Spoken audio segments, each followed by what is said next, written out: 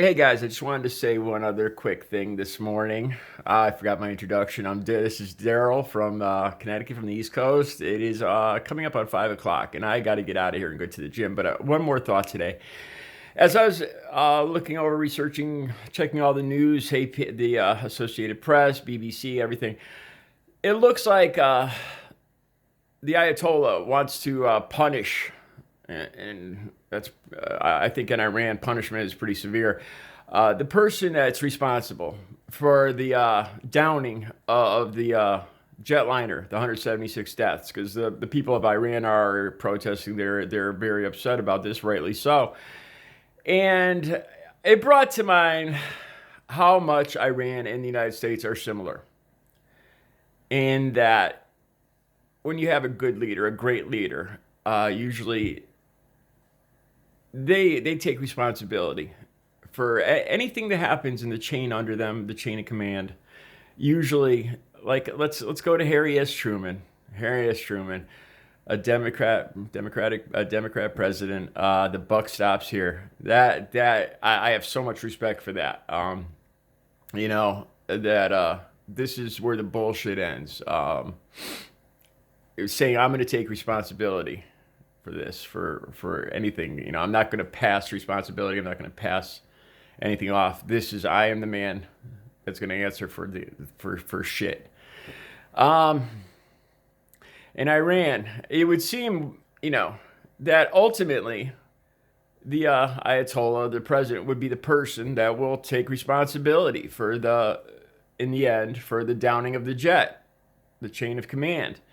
And it made me think about Trump and how, to me, he's just notorious for passing the buck, for blaming anything, for blaming everybody underneath him for anything. It's always somebody else's fault. I don't believe I've ever seen Donald Trump take responsibility for a negative thing, for something that came off badly, something that happened badly, something viewed badly. I have never seen Donald Trump take responsibility once, not even come close, for anything that happened ever. It's always somebody else's fault. Usually Hillary, Obama, the lying media.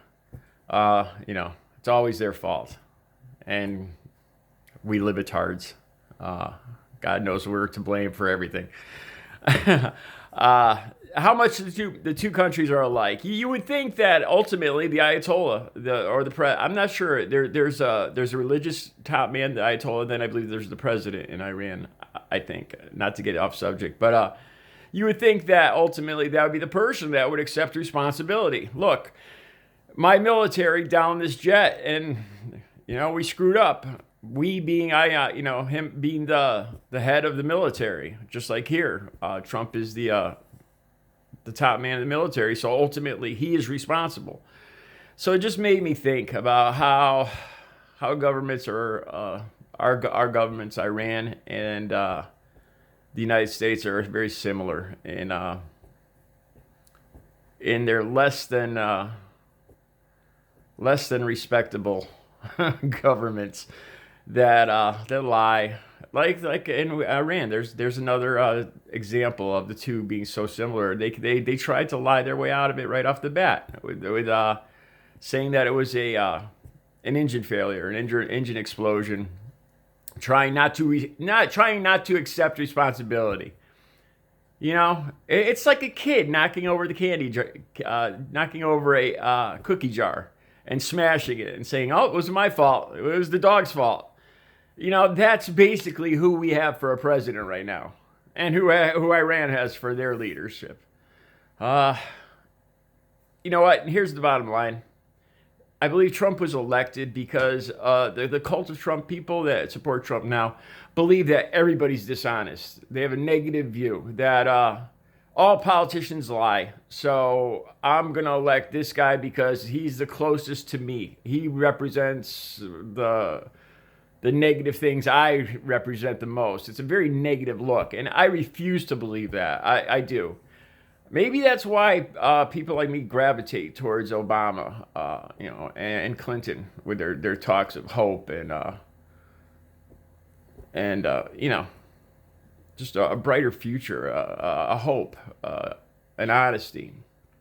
In the end, I know they're still all politicians, but I'm not gonna lose hope. I'm not gonna lose faith that there are good people out there. Like I brought up, and I saw there was a lot of responses in my comments to Jimmy Carter. I believe was, and is a good person with a good heart. And I know there's more people out there. And I'm holding out hope that we can elect one of them.